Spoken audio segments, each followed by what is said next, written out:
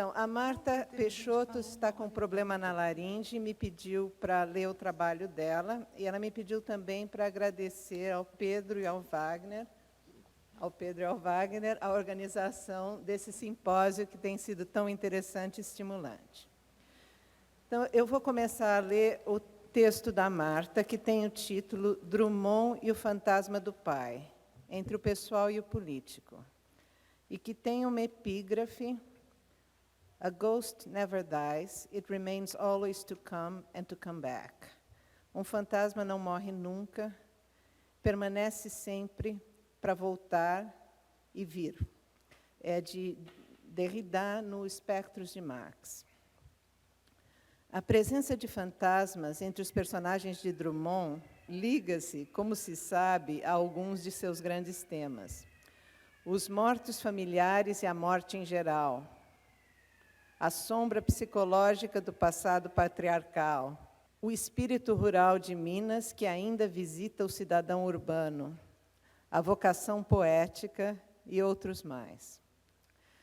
Se recordarmos ainda que o fantasma indica um direcionamento para a fantasia e ausências e a presença emocional daquilo que não está ou já não é, constatamos que o motivo do fantasma alia-se naturalmente ao motor essencial de grande parte da poesia lírica.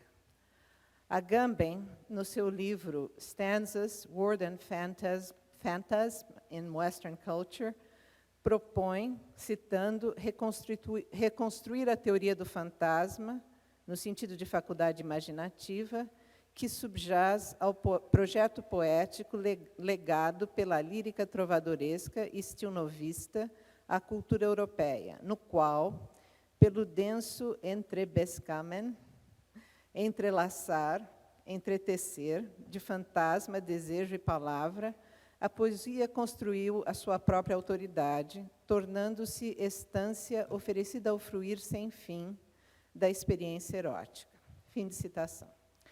A lírica de Drummond, como toda a lírica ocidental, contendo ou não figuras especificamente espectrais, participa deste intercâmbio com ausências, fantasias e fantasmas. Penso aqui, no entanto, em fantasmas mais específicos, que surgem já em alguma poesia, na Canção do Viúvo, com a visita da sombra de meu bem, que morreu há tanto tempo, e voltam com mais força e frequência em Sentimento do Mundo, José e a Rosa do Povo. Espectros que buscam intercâmbios diversos com o mundo dos vivos. A Moça Fantasma de Belo Horizonte. Os mortos-vivos em rostos imóveis. O piano espectral e raivoso em Onde há pouco nos falávamos. Mesmo em um dos poemas mais densamente engajados, que Yumna Simon estuda minuciosamente em Drummond, uma poética do risco, a velha Stalingrado destruída persistirá como fantasma. Citando, mas o assombro, a fábula, grava no ar o fantasma da antiga cidade que penetrará no corpo da nova. Isso é de Telegrama de Moscou. Dentre este conjunto amplo de espectros em Drummond, quero deter-me no que mais se destaca, a figura do pai. Figura, certo, já muito comentada por vários e conhecidos críticos: Antônio Cândido, Afonso Romano de Santana, Joaquim Francisco Coelho, Silviano Santiago, John Gladson, entre outros. Parto das colocações concisas de Antônio Cândido em Inquietudes em Drummond, que vê o pai como modelo extremo em poemas que, citando, lembram uma espécie de esconjuro, feito para, ao mesmo tempo, aplacar, humanizar e compreender este modelo extremo. Fim de citação. Observa ainda Cândido que o tema do pai avulta como fixação de sentido, ao mesmo tempo psicológico como social. Proponho aqui seguir o fio de obsessões que se fixam no pai defunto ou espectral em apenas alguns dentre as dezenas de poemas drummondianos referentes a este tema, tentando discernir os sentidos da presença deste pai que retorna em sonhos, como espectro, ou em algumas de suas variações, que o filho busca em seu túmulo e tenta reanimar, ou mesmo a voz autoritária e incorpórea, da qual o poema se afasta no momento mesmo em que a reproduz. Porque seria justamente o aspecto fantasmático que assume, o mais das vezes, a figura do pai. A riqueza deste núcleo significativo em Drummond provém justamente de seu alcance amplo em diversos registros e níveis de abstração. Em Drummond, a dupla pai-filho não forma, como se sabe, uma simples dicotomia, cujos campos de ação separem-se sem conflitos nem interferências. De um lado, um fazendeiro, de outro, o fazendeiro do ar. É antes uma dinâmica intrincada, quando não paradoxal e contraditória. É também motivo que perdura em Drummond, despontando com intensidade nos anos 40 e 50, e, por fim, chegando a paragens mais tranquilas nas memórias em versos e quadros de costumes do interior mineiro do começo do século, em Boitempo, 1, 2 e 3, livros de 68 a 79. Uma enorme variedade de tons e estilos caracterizam os poemas que narram a relação entre o eu lírico e o pai. Este último, muitas vezes, tem o seu perfil individual bem definido e próximo a estereótipos do autoritarismo rural masculino, com botas, esporas, galopes a cavalos e passos duros nas tábuas do assoalho. Mas surge também depurado e despersonalizado como figura abstrata e até mítica. Já a figura da mãe, diga-se de passagem, é bem menos frequente, menos marcante e menos diversificada. Raras vezes chega a ser personagem realista. Tampouco age como imã poderoso de sentimentos contraditórios. Sua presença pálida, a brancura muitas vezes a caracteriza, ainda que fortemente marcada pela afetividade, conforma-se a estereótipos de abnegação e doçura, representando fonte estável de carinho e perdão. E poucas vezes, talvez apenas em A Mesa, assume a figura de espectro. Este é privilégio do pai, que nem sempre descansa no túmulo. Citando, a chuva pingando, desenterrou meu pai. Lê-se no poema Rua da Madrugada. A relação com o eu lírico projeta-se em uma série de acomodações que buscam estabelecer uma harmonia póstuma, em identificações e completas desidentificações. Também, como se sabe, a figura do pai encontra-se incorporada ao grupo familiar dos antepassados no grande poema Os Bens e o Sangue, formando poderosa voz unívoca e mágica. Os antepassados também, revenant, videntes, álgures, voltam para interferir num tempo que não é mais o seu, traçando o destino do futuro poeta que virá a tirar sustento de algum mel nojento. Viagem da Família, de José, livro de 42, poema-chave que inaugura a série, descreve o encontro com um pai redivivo, especificamente espectral. No deserto de Tabir, a sombra de meu pai tomou-me pela mão. Longamente caminhamos. Aqui havia uma casa, a montanha era maior. Tantos mortos amontoados, o tempo roendo os mortos. E nas casas em ruína, desprezo frio, umidade. Porém, nada dizia. O fantasma paterno, ao contrário, por exemplo, de seu correlato em Hamlet, não volta para exigir nada mais para instigar o filho com o seu silêncio, como fez em vida. As exigências partem do filho, que interpela a sombra com insistência e angústia, pedindo-lhe que fale, e a recusa, porém nada dizia, constitui o refrão do poema. Do começo ao fim, o espectro mantém um silêncio, no entanto, eloquente, pois comunica-se pela peculiar paisagem por onde passam, que revela o lado escuso, negado da vida pessoal e familiar. Citando, no deserto de Itabira as coisas voltam a existir, irrespiráveis e súbitas. Mercados de desejos, ímpetos de fuga, mulheres nuas, remorso. Há um abrir de baús e de lembranças violentas. O poema insiste na angustiosa insubstancialidade do pai. Mão pálida, olhos brancos, casaco que se desfazia em barro. Se o tempo e os lugares silenciosamente percorridos revelam a princípio os convencionais segredos do grupo familiar, doenças, loucuras, manobras financeiras, a avó traída com as escravas, rangendo sedas na alcova, o segredo premente é aquele que o espectro esconde em seu silêncio.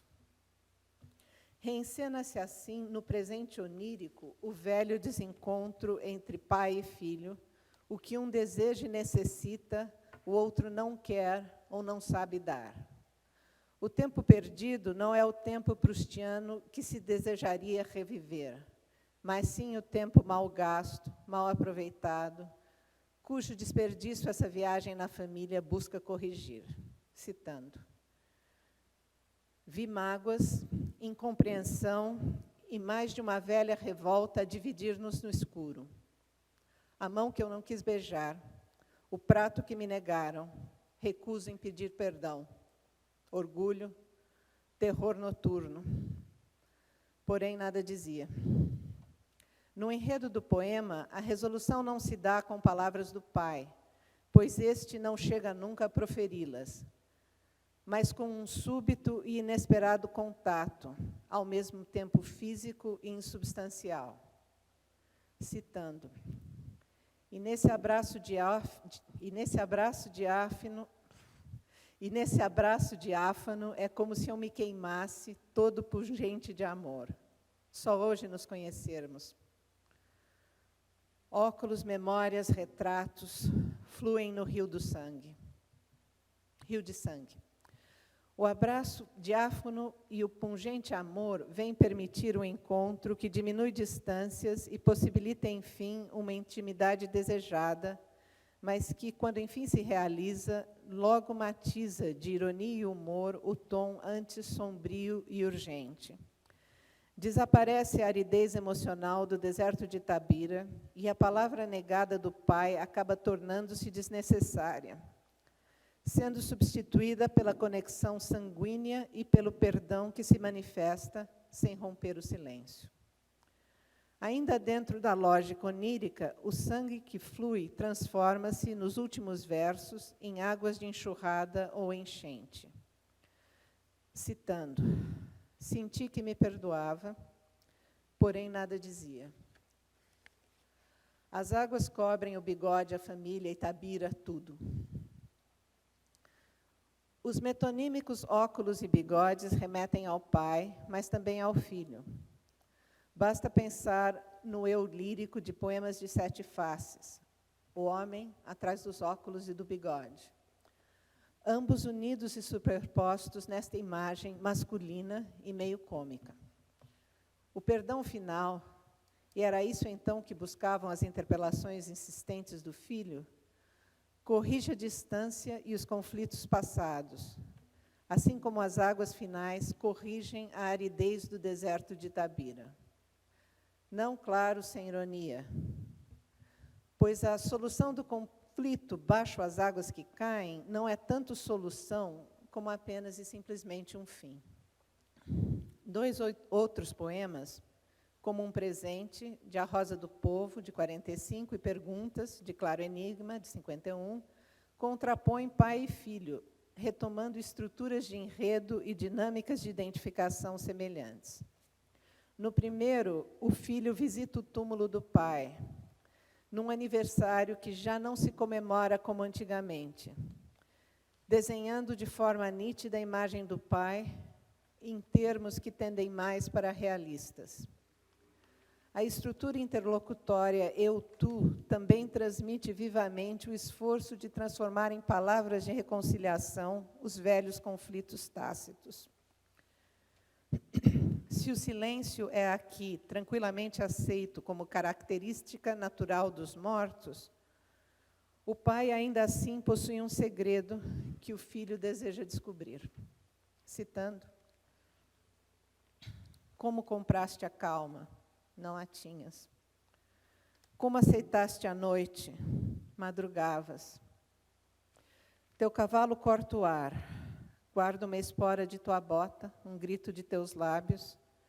Sinto em mim teu corpo cheio, tua faca, tua pressa, teu estrondo, encadeados. Mas teu segredo não descubro. Não está nos papéis do cofre, nem nas casas que habitaste. No casarão azul vejo a fieira de quartos sem chave, ouço teu passo noturno, teu pigarro, e sinto os bois, e sinto as tropas que levavas pela mata, e sinto as eleições, teu desprezo, e sinto a câmara e passos na escada. Esta outra versão da identidade entre pai e filho apresenta-se em termos da herança biológica de traços físicos, da transmissão de hábitos e privilégios masculinos, tua faca, tua pressa, teu estrondo. O segredo que ainda o separa começa a revelar-se como referente, sobretudo, ao autoritarismo do pai, que não respeita limites, nem acata de bom grado as leis do Estado. Despreza as eleições e exige quartos sem chave, para que não haja barreiras ao seu olhar e controle. Modelo familiar de um regime político ditatorial. Sendo graves as divergências, a harmonia póstuma com o pai parece depender precisamente da morte deste. O eu lírico reconhece o paradoxo da conversa que a própria extinção de um de seus participantes possibilita. Perdoa a longa conversa, palavras tão poucas antes. Citando: quisera abandonar-te, negar-te, fugir-te, mas curioso. Já não estás e te sinto, não me falas e te converso. E tanto nos entendemos no escuro, no pó, no sono. Com o prosseguir da conversa, o segredo do pai vem a resumir-se na habilidade extrema em manejar o autoritarismo masculino e patriarcal. Citando: e pergunto o teu segredo. Não respondes, não o tinhas. Realmente não o tinhas? Me enganavas? Então, aquele maravilhoso poder de abrir garrafas sem sacar rolha, de desatar nós, de atravessar rios a cavalo, assistir sem chorar morte de filho, expulsar assombrações apenas com teu passo duro, o gado que sumia e voltava, embora a peste varresse as fazendas, o domínio total sobre irmãos, tios, primos, camaradas, cacheiros, fiscais do governo, beatas, padres, mendigos, médicos, loucos, mansos, loucos, agitados, animais, coisas. Então não era segredo? E tu que me dizes tanto disso, não me contas nada. O segredo do pai, então, revela-se afinal miragem, segredo de polichinelo, gerado pelo olhar maravilhado do menino, que talvez e principalmente buscasse saber como chegar ele próprio a um domínio total. O desempenho masculino tradicional do pai, exacerbado por sua localização rural e posição de coronel do lugar, liga-se ao saber fazer no mundo da ação, assim como a coragem, ousadia e contenção na esfera emocional. Mais tarde, em Boitempo I, este mesmo domínio apresenta-se sob o aspecto de ilusão. O pai, ao encomendar a Biblioteca Verde de obras célebres internacionais, tão ansiada pelo menino antigo, abre a conversa dizendo simplesmente: Rio de Janeiro, aqui é o coronel. Como resultado dessa compreensão adquirida em conversa póstuma, o filho alcançaria não a identificação, mas a distância deste modelo extremo, como denomina Antônio Cândido, sob o aspecto de desconjuro. O objetivo seria afastar-se, livrar-se do modelo rejeitado. Tanto o fantasma do pai, quanto o pai em seu túmulo, são figuras perfeitamente adequadas à necessidade paradoxal e contraditória de fazer reviver, mas, ao mesmo tempo, conservar morto. Possibilitam o confronto e um novo entendimento por parte do filho, que simultaneamente se assegura de que o domínio antigo já não tem vigência, concretizando assim a distância de uma prepotência que já não quereria imitar, nem poderia, sem grandes reservas, admirar. Drummond parece cantar a família, e em especial a figura do pai, não tanto para acatar seus valores, mas para reconhecer a força emocional de uma ideologia, no entanto, suspeita, para de alguma maneira conjugar reconciliação e libertação.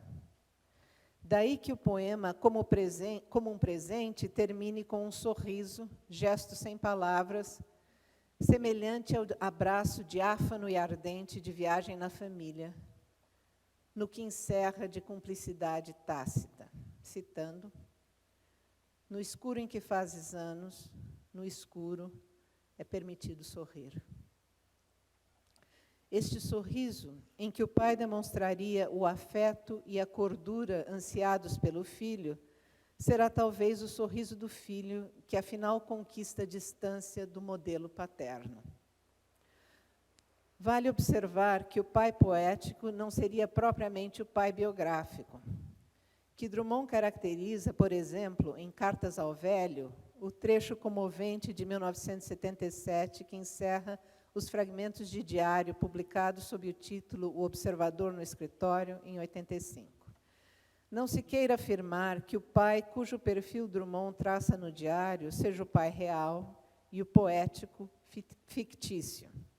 Sabe-se que a escrita autobiográfica não se esquiva a um componente ficcional, contraparte dos traços autobiográficos existentes na lírica ou ficção.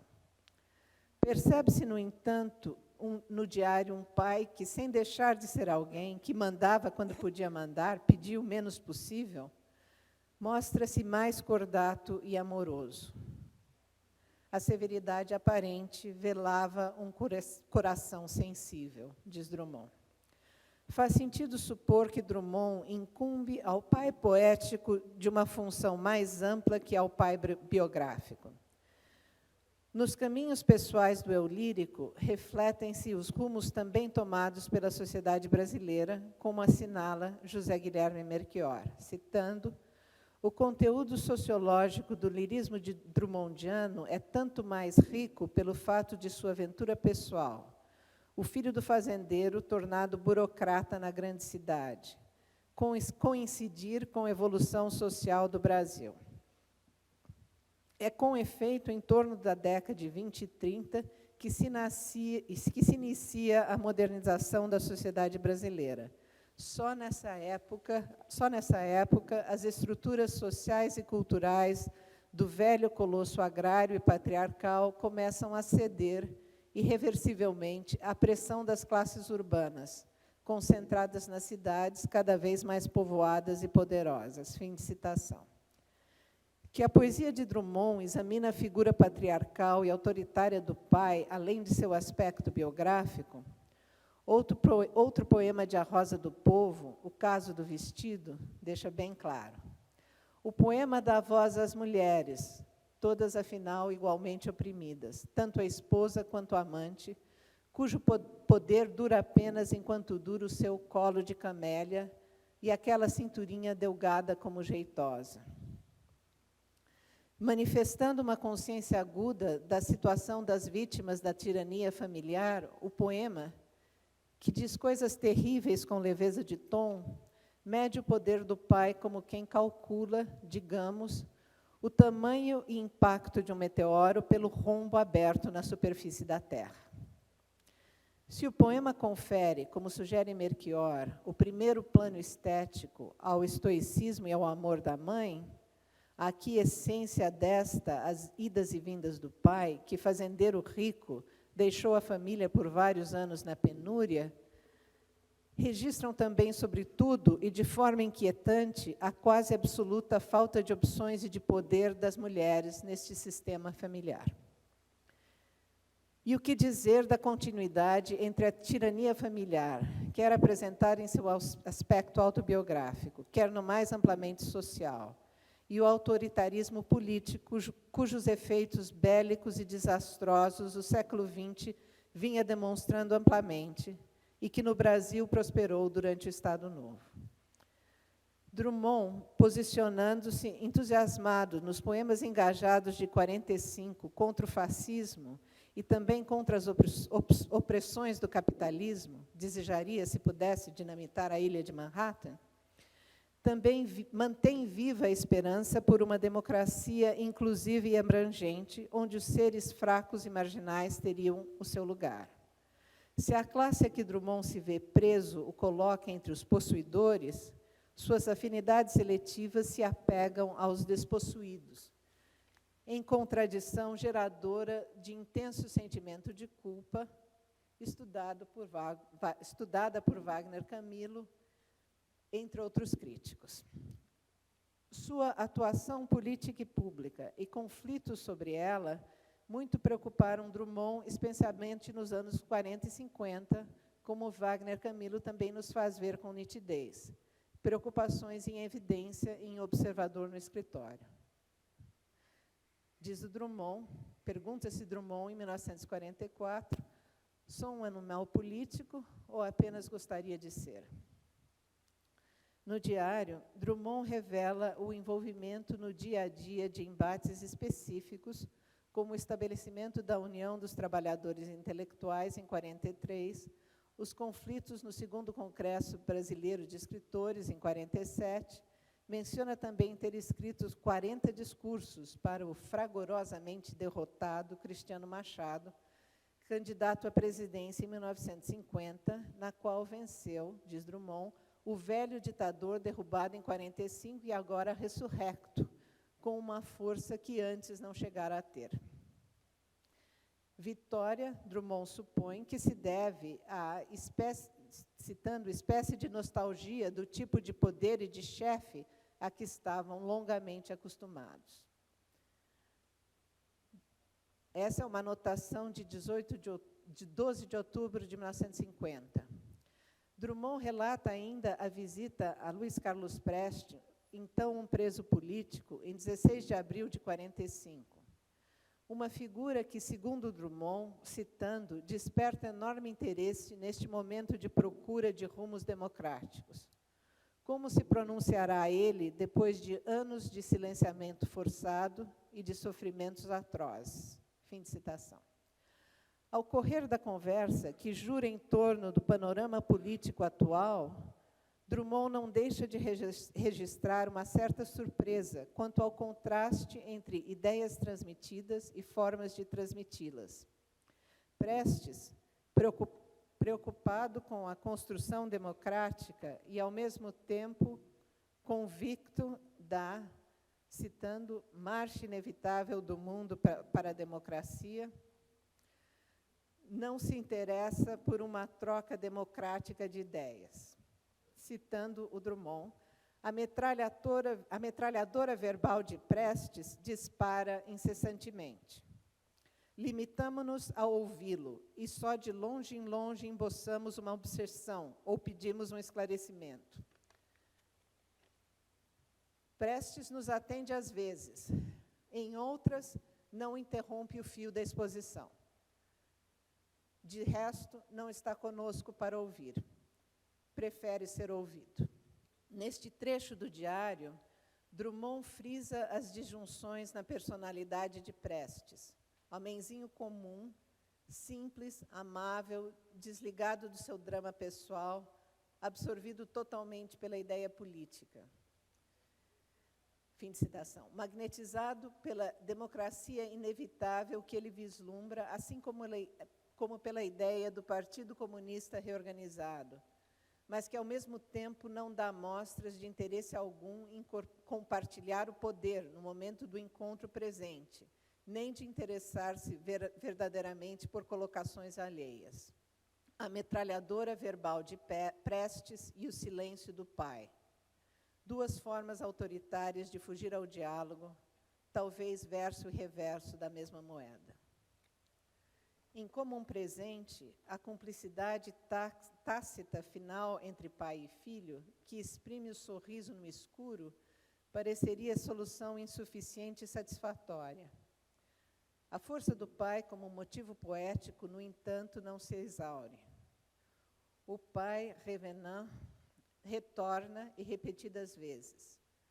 O segredo descoberto, as perguntas enfim respondidas, acabam não satisfazendo, pois voltam a colocar-se insistentemente em outros poemas. O poema Perguntas, de Claro Enigma, por exemplo, formula outro diálogo unilateral, este mais remoto e abstrato, narrado no passado, em que as perguntas se acumulam. Citando, numa incerta hora fria, perguntei ao fantasma que força nos prendia. Ele a mim, que presumo estar livre de tudo. Eu a ele, gasoso, todavia palpável, na sombra que projeta sobre meu ser inteiro. Um ao outro, cativos. O eu e o fantasma, que só por inferência, dados o gênero masculino e o peso emocional, pode ser identificado com a figura do pai, prendem-se um ao outro por uma fatalidade angustiante. Opera-se mais uma vez uma parcial superposição de identidades, citando, eu em face do espelho e o espelho devolvendo uma diversa imagem. Se a questão central volta a resumir-se na necessidade de extrair desta figura imaterial uma resposta, o enigma tem a ver não com os segredos ou conhecimentos que o fantasma possuísse em vida, mas com a força emocional que liga o ser vivo aos seres mortos, sem que desta ligação provenha necessariamente prazer algum. Perguntei-lhe, por fim, a razão sem razão de me inclinar aflito sobre restos de restos, de onde nenhum alento vem refrescar a febre deste repensamento, sobre este chão de ruínas, imóveis, militares na sua rigidez, que o orvalho matutino já não banha ou conforta. No voo que desfere, silente e melancólico, rumo da eternidade, ele apenas responde. Se acaso é responder a mistérios, somar-lhes um mistério mais alto. Amar depois de perder. O fantasma aqui pode ser o pai, mas é também o além-pai, a súmula dos mortos que prendem o eu e que a ele, imagina-se, continuam preso.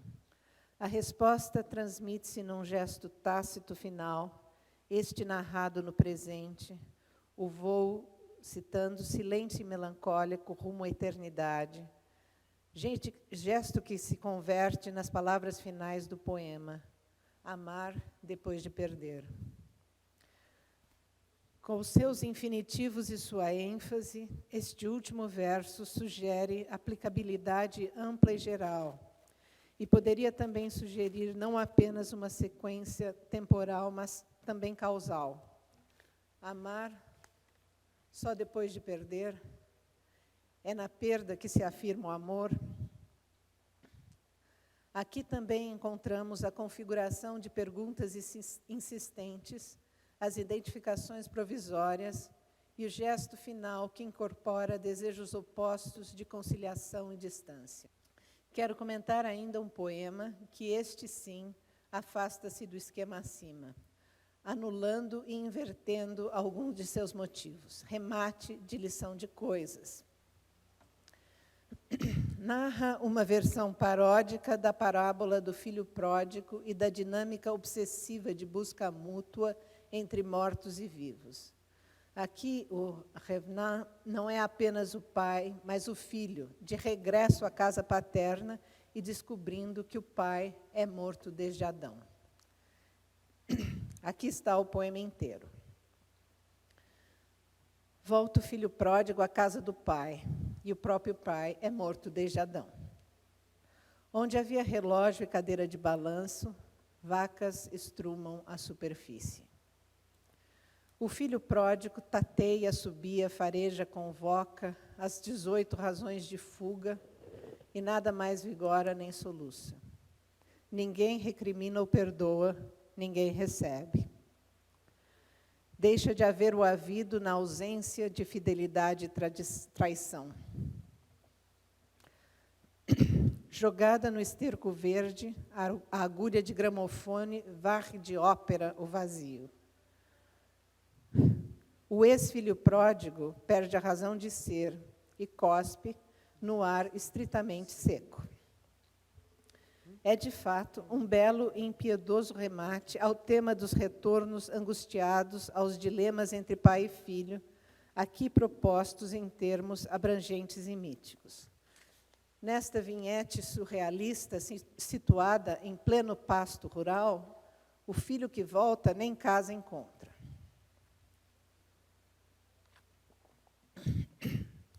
Preparado para desempenhar os conhecidos rituais de culpa e perdão, depara-se de pronto com uma completa ausência das pessoas e emoções esperadas, e mesmo com a ruptura da própria genealogia. Se o pai é morto desde Adão, nunca houve pai, e, em consequência, como pode haver o filho? A ordem familiar, regida pelo relógio e a cadeira de balanço, cede a outra, mais primitiva e campestre, ao compasso de vacas e estrume. O poema propõe uma solução radical para o dilema já trabalhado em outros registros. Como escapar ao modelo paterno sem que a fuga equivalha à traição? Para contornar este impasse, eliminam-se simplesmente as duas possibilidades de conexão, a positiva, fidelidade, e a negativa, traição. O resultado devastador afeta não só o presente e o futuro, mas também o passado, pois deixa de haver o havido. O único drama que resta é o som, deslocado e melodramático da ópera varrendo vazio, que, em imagem surpreendente, a agulha de gramofone retira do esterco verde. Oferece, assim, um comentário irônico sobre as emoções antes exacerbadas e agora extintas. Os gestos de aproximação entre as duas gerações que arrematam outros poemas, o abraço ardente, o sorriso, o perdão, aqui transformam-se no cuspe de desprezo. Em remate, a aniquilação completa da casa paterna e a terra vazia recoberta de estrume poderiam, então, servir ao ex-filho pródigo de solo fértil para gerar uma outra ópera, quem sabe bem distinta, em seu futuro. Este poema pode levar-nos a ver que as conversas obsessivas com fantasmas, a volta à casa paterna e, por extensão, ao passado em geral, imaginam com sutileza e complexidade modos de reter e superar, de conciliar e exorcizar as estruturas arcaicas do passado individual e coletivo que nos prendem e visitam, e que nós mesmos queremos, ambivalentemente, prender, revisitar e abandonar.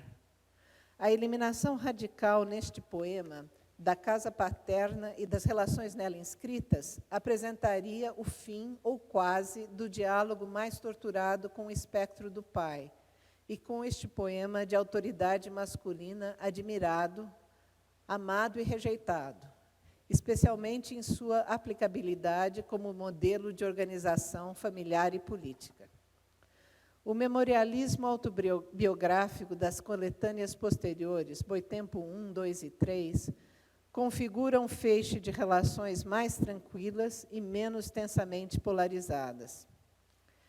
Nos poemas que vêm depois, o menino antigo, como observa Antônio Cândido, apresenta-se muitas vezes na terceira pessoa. Citando, o poeta inclui deliberadamente a si mesmo na trama do mundo como parte do espetáculo, vendo-se de fora para dentro. Fim de citação.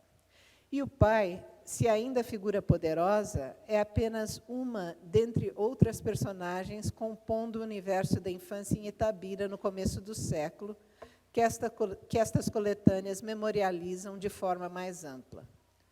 O autoritarismo problemático do pai torna-se um dado entre outros deste mundo resistente, querido e extinto.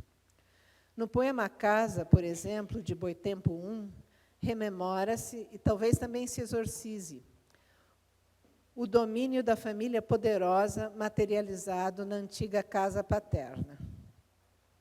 A voz do poema imita a voz de comando do chefe, que não admite insubordinações e dá ordens, com especificações precisas, para que se faça uma réplica exata da casa de infância. E difícil não lembrar aqui o ímpeto paralelo, igualmente autoritário, de Dom Casmurro, que buscou o impossível ao mandar reconstruir a casa onde transcorreu sua inesquecível adolescência, a casa que, num ímpeto de raiva, havia antes mandado por abaixo.